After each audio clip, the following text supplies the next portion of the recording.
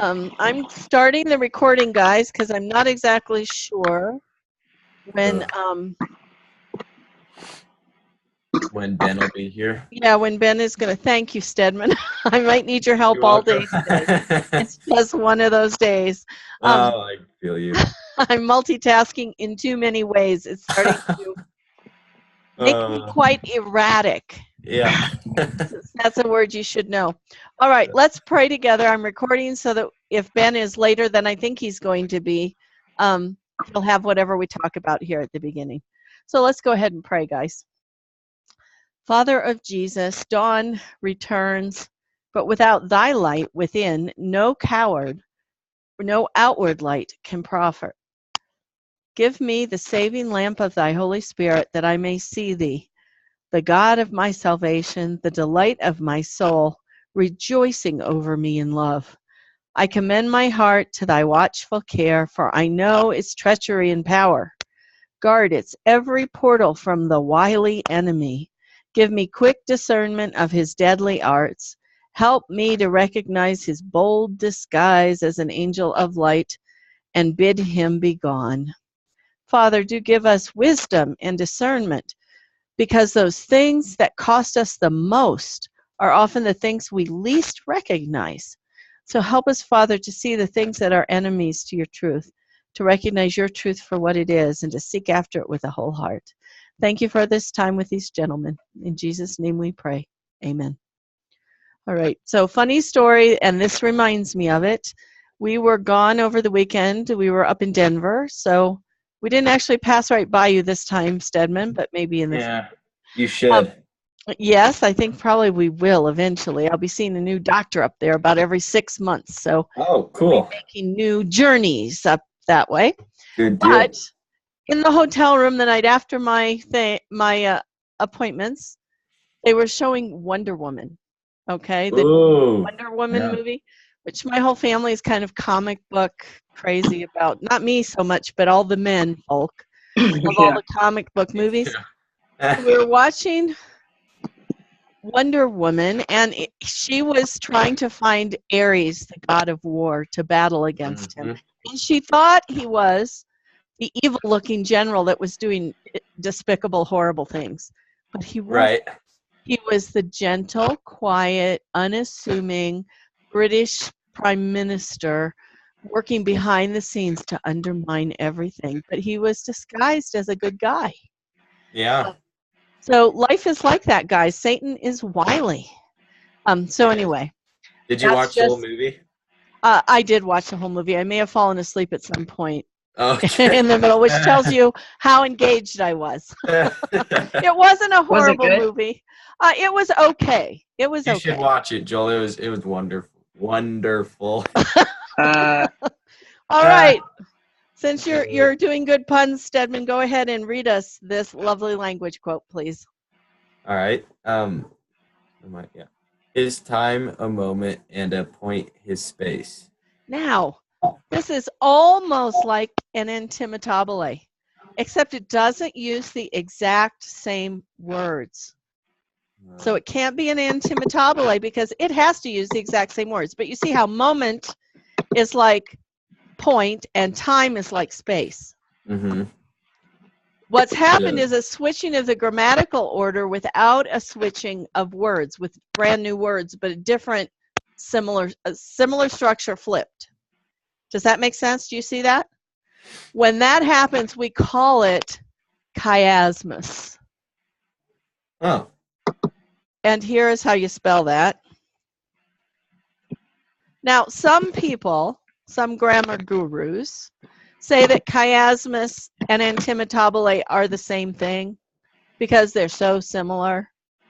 But it's way too fun to say intimatabile to not use that word. Right. So the difference is one uses the exact same words and one doesn't. Does that make sense? Chiasmus switches the structure and puts in similar but different words. Instead of his time, we have his space. Instead of a moment, we have a point. And they're similar. You get it? Questions about that? Is this his whole essay right here? Don't you wish? No. This is a famous sentence from his essay on man, which is probably one of Pope's most famous essays. And he's famous. Oh, guess what I did? Clear all drawing, leave annotation, and now change your slide, Chris Finnegan. Okay, what is an antonym, guys? What's an antonym, Something Stedman? that means the opposite. Oh, Joel Sorry. beat you to the punch. Yep, No, it means that's the fine. opposite. Joel's, yeah, it means the opposite. Ah. So let's see. We've got 1, 2, 3, 4, 5, 6, 7 of these. Joel, I'll give you 4. Take the first 4, A, B, C, D. You have to think of what does the word mean, and then choose the opposite. Stedman, take the last 3. E, F, and G. Oh, E, F, and G. Okay. And E, F, and G. them? Okay. And yeah, match it to the antonym. So you have to think of what it means first, and then and the opposite. then, yeah, the opposite of that. This will be easier than the time when I tried to bake a cherry pie, which turned out as soup, but it still tasted good because I put a lot of sugar in it. It will be easier than that. Okay, draw some lines for me, guys. Okay. Authoritative, unethicalness. That's a word, unethicalness. The act of being unethical, but we've turned it into an adverb. Well, authoritative means like, it means like you're like, you're the boss man. You've got it under control. You're like on top of things. So the opposite. Yes, it's on your vocabulary list. So yes, it does. Oh, it is. So what would the opposite of that be? Oops, I'm trying to get an arrow. Unethicalness or unethicalness. No, I don't think so. Because that means you're not having good, strong morals. Wouldn't it be principle? Hesitate. Would be the unethicalness principle? Yes, I think it would be principle, Joel. Would be unethical. You're either standing on principle or you're unethical about it. Oh yeah. Right? So authoritative is probably you've got strangeness, hesitate, or democratic. Which one do you think is likely? I think it goes like that. I think that's a good way to do it. Is that okay? Good deal. Yes. So if you make an authoritative decision, you just make it. You don't vote on it, right? Right. If it's the opposite of being relevant is something being completely invalid. The opposite of principle, as we said, is unethicalness. The opposite of authoritative is democratic. The opposite of predetermined is to hesitate. So you not only figure it out ahead of time, you just have no idea what to do. And the opposite of convention in this sense, this is convention, isn't something that's normally done, is strangeness. Yes, Stedman. Can I shut my door real quick? Because my mom people over at our house. So yeah, absolutely. Do it fast. Thank you. Okay, makes sense, Joel? And that gives me time to clear all drawings. Except I have to actually open. This is the craziest system. I just don't love it. All right. Now, guys, we're going to go to our pop quiz. You need your homework assignments in your notebook. From last time, you're just going to be typing a sentence for me that you've already done, supposedly. And this, Stedman, is week 6, Monday. Quiz for week 6, Monday. Gotcha. Are we smelling fresher now? This is the first time I have ever had somebody use deodorant during class. Old Spice is the way to go. I didn't even know you could see that. Sorry. But that smell. It's a good thing I'm your surrogate mother. Yeah, thank you, Ms. Finnegan. Okay, take your quiz, please. You've got 5 minutes. Tell me when you're done.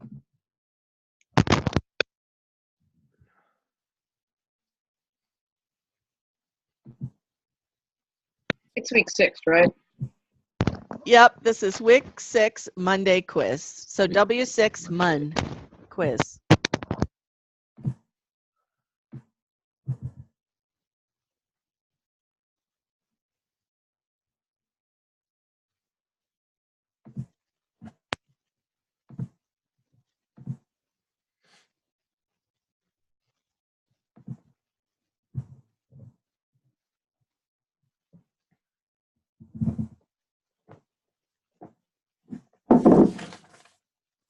Okay,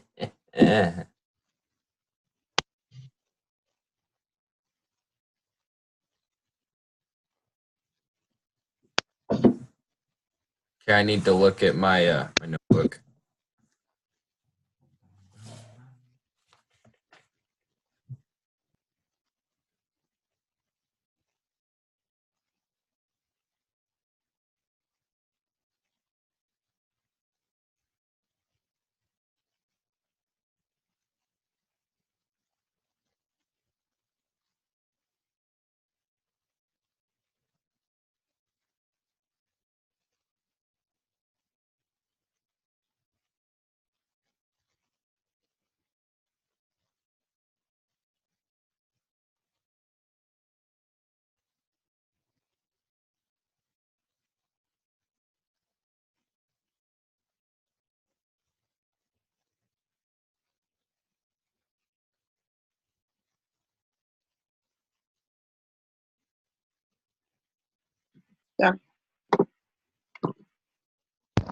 Perfect. Let me know when you're done, Stedman.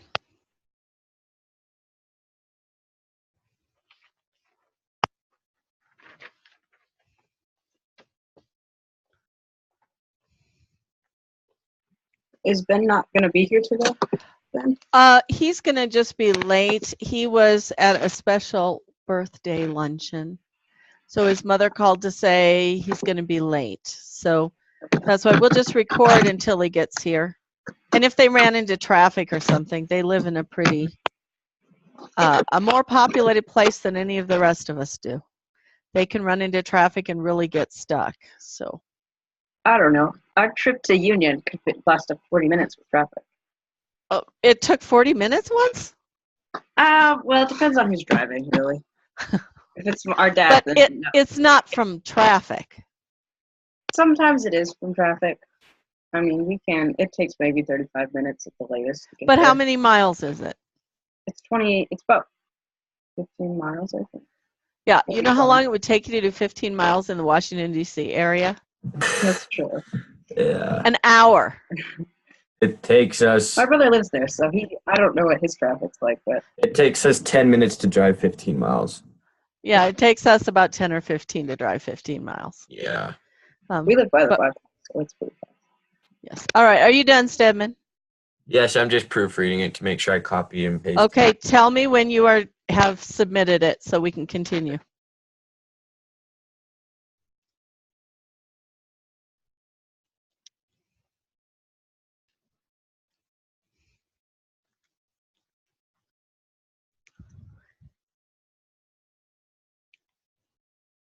I have finished. Excellent. All right. Now, before we go on to what we're going to do next, I would like to just talk to you a little bit about what you turned in. I have graded everything, and on your Thoreau imitation, I made comments, and you may revise it if you wish. I'm not telling you to revise it, but you may not be happy with the grade you got. And so I gave you comments to help you improve that. If you do, write it as a reply to my reply, put your updated version, and I will regrade the original to reflect your reply. We still had problems, gentlemen, on the redo of the assignments, the vocabulary assignments. I have made comments on them. Go and look it over after class. Do not look now, because I want you to concentrate where we are right now, okay? Yes, Stedman. So are we like that's confusing because when you say we don't have to revise Thoreau, Right. If you're okay with whatever grade I gave you, let's just imagine I gave you a C. If Okay. that C is fine with you and you just want to leave it behind you and move on, you may. Is that a hint that you did leave a C, or You'll have to look and see. I can never remember exactly. I think it's likely. Okay. Okay. Okay. Because I mostly gave C's, I may have given one B on that one.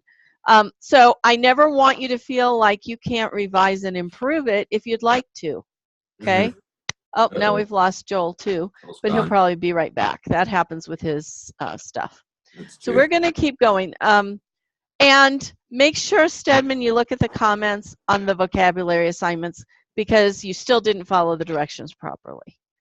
So, Oh, wait. okay, now here's something I wanted to tell you. When you have an assignment in this book, she sometimes gives you 3 or 4 steps all in one sentence. You need to look for the steps and do one step at a time to double check yourself. Okay? And that's important because it's a process you've got to learn. And from here on out in high school and beyond, people will give you multiple steps, probably with every single assignment that they give you. Okay? Right. Okay. Sweet. So double check that for me. Well, because no teacher's Hello, just gonna. Ben. Hey. We just lost Joel, so I'm recording. I'll just keep recording until we have everybody here, I think. Okay. So, Ben, you'll be able to catch up on what we've done so far, including the quiz. So, Ben, don't do the quiz right now. Yeah. And happy birthday celebration, by the way. Oh, not yet. But yeah. I knew it was not maybe today, but sometime soon. What's the date? Yeah, it's Thursday. Thursday. Happy birthday ahead of time. How old are you, Ben? 14. 14. Nice. Happy birthday. Yeah. So, Ben, I'll be Yeah. posting the recording of what we've already done, but you should take the pop quiz after class. Okay? Yeah. Okay.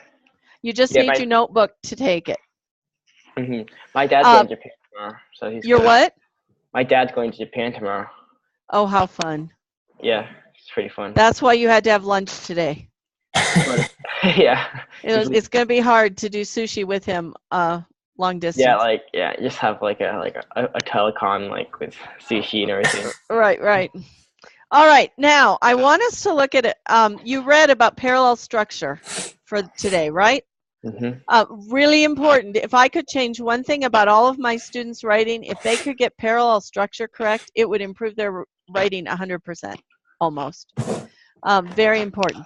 So we're going to look at a master of parallel structure, G.K. Chesterton. This is by G.K. Chesterton. Have either of you ever read anything by G.K. Chesterton? I've heard a lot about him. Never read anything though. Have you read anything, Ben? Yeah, I have. All right. So wait a second. I think Joel is trying to message me. Let me double check. Joel said bad name connection again. Hello, it says, just a second. Okay, there's Joel. Here he comes. So I don't understand. Hey, Joel, you got here eventually. Yeah. Okay, and you've changed downstairs again. Yeah, I was downstairs, but Oh, okay. the router this time. All right. Okay, we're going to start reading a few paragraphs by G.K. Chesterton because he's a master of many things, but one of them is parallel structure, which you read about for today, a really important thing in writing. So let's see. Joel, you haven't read for me yet. How about, right? Stedman read Lovely Language. So Joel, go ahead and take this first paragraph, please, by G.K. Chesterton. The title of this little thing is The Head of the House, and it's part of the opening of an essay. Okay, so go ahead, Joel. The family is primarily supposed to rest upon consent, that is, on certain spontaneous attachments such as occur in animals and plants. It is for this reason that the father of a family has never been called the king of the house, or the priest of the house, or again, the pope of the house. His power was not dogmatic or definite enough for that. He was called head of the house. The man is the head of the house, while the woman is the heart of the house. The definition of the head is that it is the thing that talks. All right, so let's just look at this first one. Do you agree with what Mr. Chesterton is saying here? Is the father the head of the house and the mother the heart of the house? Does that seem true from your perspective? Does that seem like a biblical concept? I think so. I think so. If we left off the last line, The last line is, he says, the definition of the head is that it is the thing that talks. If we left off that last line, would it change the way this paragraph felt? What does he do with that very last line? What's that last line do for this paragraph, do you think? He just says what he like sums up what he's been talking about. He kind of sums it up, but he does it in a way, he doesn't say the definition of the head is the thing that is the most important or the thing that is in charge of all other things. Yeah. He says it is the thing that talks. He's kind of downplaying the importance of being the head of the family. Do you see that? So he's kind of saying the man is the head of the house while the woman is the heart of the house. Now, it could be misunderstood for him to say the man should be in charge and should blah, blah, blah, blah, if you didn't give the last sentence. But when he says the definition of the head is that it is the thing that talks, he's The conclusion. downplaying It ties it together, if you know what I mean. It does. It concludes it, but it does it in a way that kind of has a little twinkle in his eye. You can tell he's not being totally serious and heavy-handed here. Do you see that, Joel? Does that make sense?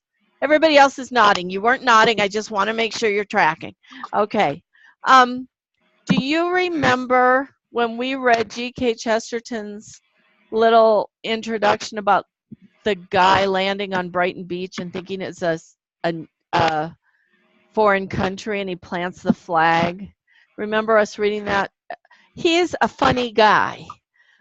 He leaves us, he writes delightful prose in a way that makes you smile on the inside when you're hearing it. Didn't he write the book, The Allegory of Love by G.K. Chesterton? Wasn't that? Didn't he write the book of that? He might have. What he's most probably famous for, the Father Brown mysteries. A lot of people have read Father Brown. He also wrote a book called Orthodoxy that's very famous. He also wrote a novel called The Man That Was Thursday, which is an allegory. Okay, that's one you know, Ben. Okay, so he's saying the man is the head of the house while the woman is the heart of the house. Do you see parallelism there? The man is the head of the house while the woman is the heart of the house. A beautiful balanced sentence. Does he have other instances of parallelism in this paragraph? Where do you see some? Joel is waiting to tell me. When he says the king of the house, the priest of the house, the pope of the house. Right, and he's saying the husband isn't any of those things. He's the head because he's the thing that talks. He's not the king of the house because he's the ultimate in charge. He's not the priest of the house because he's the only one that can make everybody holy. He's not the pope of the house because he has unilateral power, right?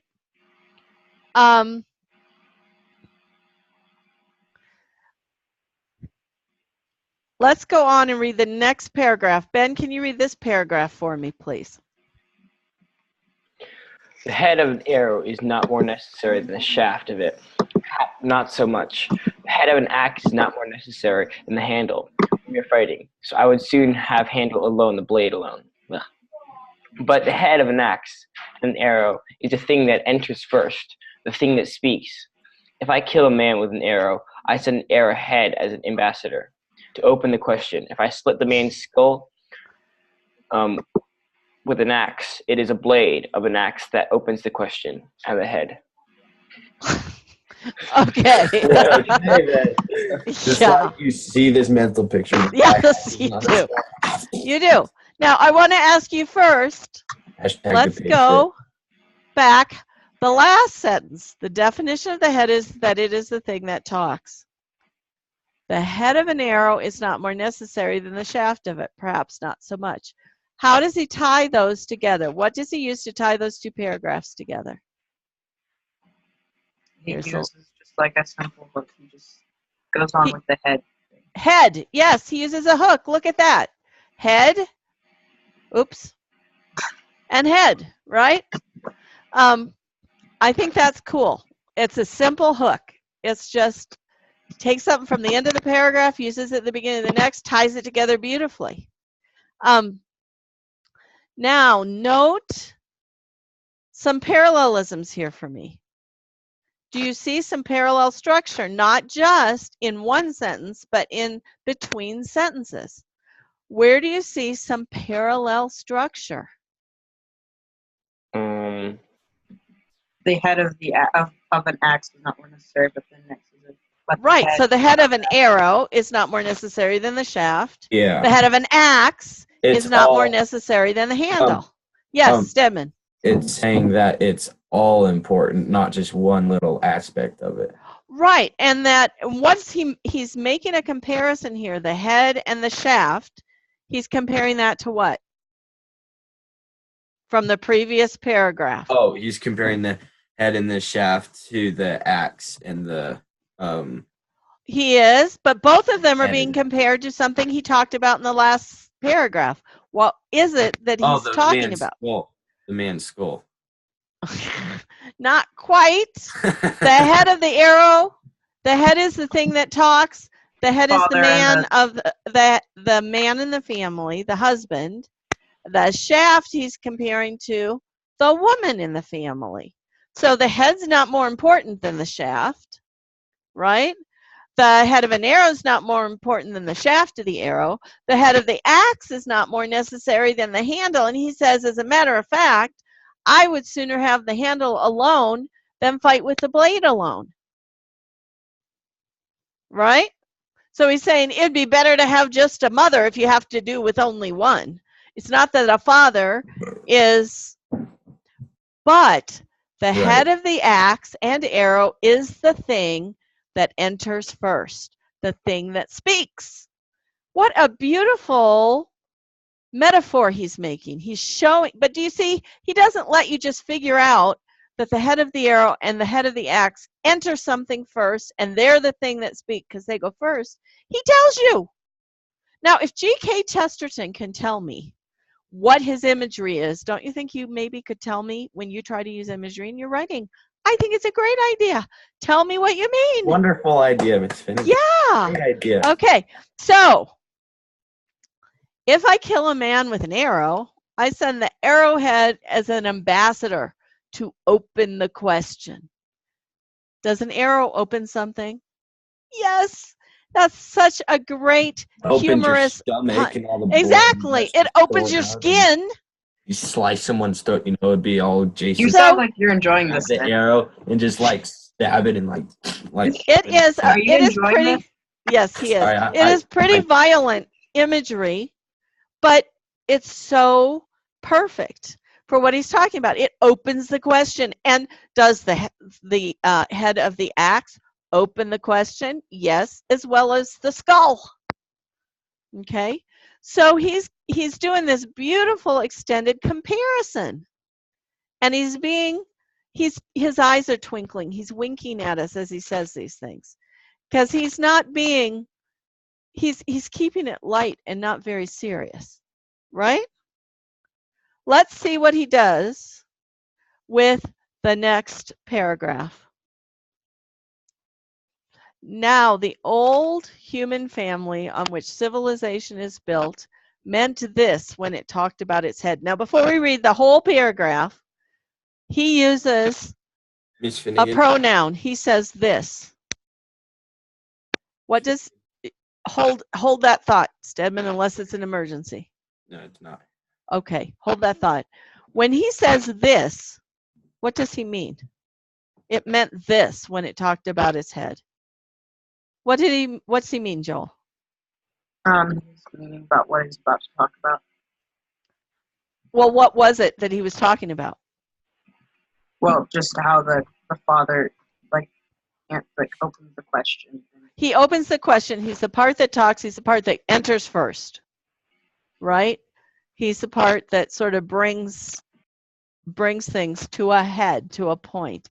So he's saying this is what the old human family on which civilization is built meant when it talked about the man being the head. He was the one that talked first. He's the one that enters first. Sorry about that. So let's read this whole paragraph. Did you have a question before we do that, Stedman? I was just wondering who was going to read that paragraph. You are, as a matter of fact. Would you please? Oh, is that right? Wow. Yeah. Sweet. Read it for us. Starting at the beginning or starting where? Start at the beginning so we get that first sentence and the whole rest of it. All right. Now, the old human family on which civilization is built meant this when it talked about its head. It has nothing to do with detailed despotism. What's despotism? I have to stop and ask. What's I am despotism? absolutely. Is that like song like Despacito, like the Despotism? I don't know that song. That's Despacito by Justin Bieber. Despacito. And then when ya no pueda No, it is not that. Despotism is like tyrannical, evil rule. Oh, yeah. Okay, tyrannical rule. So it has nothing to do with tyrannical rule. It has nothing to do with despotism. It has nothing to do with control of other people's daily lives, being over-controlling. That's not what it means to be the head of a family. So I would like you to start all over, Stedman, and keep going. Okay. Now, the old human family on which civilization is built meant this when it talked about its head. It has nothing to do with detailed despotism or the control of other people's daily lives. That is quite another and later idea arising out of the crazy complexity of all high civilizations. If authority means power, which it does not, I think the wife has more of it than the husband. If I look around any ordinary room at all the objects, at their color, choice, and place, I feel as if I were a lonely and stranded male in a world made holy by women. All the same, if a canvasser comes to urge the cause of the Stop a second. conservative radicals, yes, ma'am. What is a canvasser? That's what we would call who canvases. Somebody that wants to make arguments. Well, somebody who goes door to door. Canvases like blanket canvas. No. Canvases an area by knocking door to door in a whole neighborhood to talk about an issue. Well, yeah. Okay, we don't do that very much, but when you have a campaign going on in your town, Right. and the people running for a campaign knock at your door and hand you a brochure about themselves, they're canvassing your neighborhood. Oh, okay. Okay? Okay. That's what a canvasser is. So start all the same. Start with that sentence again. Let me start with that sentence. All the same, if a canvasser comes to urge the cause of the conservative radicals, or if the radical conservatives, it is I who ought to see him. If a drunkard has wandered into my front garden and lain down on the principal flower bed, it is I who ought to inspect him. If a burglar wanders about the house tonight, it is I who ought to parley with him. Because I am the head, I am the tiresome. I'm going to get this. Excrescence. Excrescence. Excrescence. No to the world. Excrescence. Excrescence. Yes. Yes. That can talk to the world. And what's excrescence mean? Excrescence means discretion. No. You said that so authoritatively, though. But no, it is, and yet is untrue. An excrescence is something that is the leftover byproduct that is disgusting. Excrescence is what you do in a pit toilet. You leave your excrescence there. Your leftover Saturday lunch. Yes, okay, that's excrescence. So because I am the head, I am the tiresome excrescence that can talk to the world. Okay. So he is not saying that a father's job is not important, but he is making light of that importance and saying it's not because I deserve to be held in high esteem. Right? Right. We have 5 minutes left, just to let you know. Okay, let's see how much of this we can finish. Tell me when I've got one. Tell me when I've got one. I'm going to have to leave in like just a minute. Okay, I'm still recording. I'm just going to post the whole thing for you guys, okay? Miss Finnegan? Yeah. Can I go up to my mom now and say, I just went and excressed I express it. I express. No, you might say I left an excrescence in the toilet. Oh, there we go. But okay.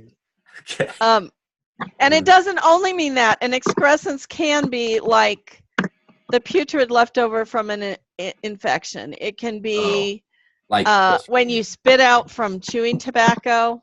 That would be an excrescence. so like an Okay. excrescence could also mean like pus from a zip. Yes, if we want to be really clear about it. Clear. Yeah. You're loving this class, aren't you, Stedman? Oh, that's great. Yeah. Okay, so when you look for parallelism here, where do you see it? Give me one. Start at the top, go through.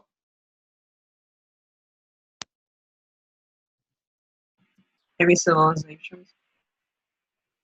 What's Well, the? I need two things for it to be parallel, right? How about conservative radicals and radical conservatives? Yeah. That way he covers every side of every spectrum, right? And look at the sentences. If a canvasser comes to urge, I ought to see him. If a yeah, drunkard he does like comes four to my sets. front, yeah, three Four sentences there, right? Yeah. That are all in parallel structure to make what he's saying very clear to us. So isn't this awesome? His use of parallelism to just make this interesting and great. Now, I'm going to end. Yes. I have to go. So. Okay, I'm ending right now, Joel. We'll keep. Bye, Joel. I will Bye. also record the next one, and I'll post them both, okay? Okay. So see you, Joel. See And ya. guys, I'm going to send you 2 invitations to come back, Yep. and we will finish up in just a few minutes. We're getting close. Okay. Okay. Sounds Come good. back. Bye.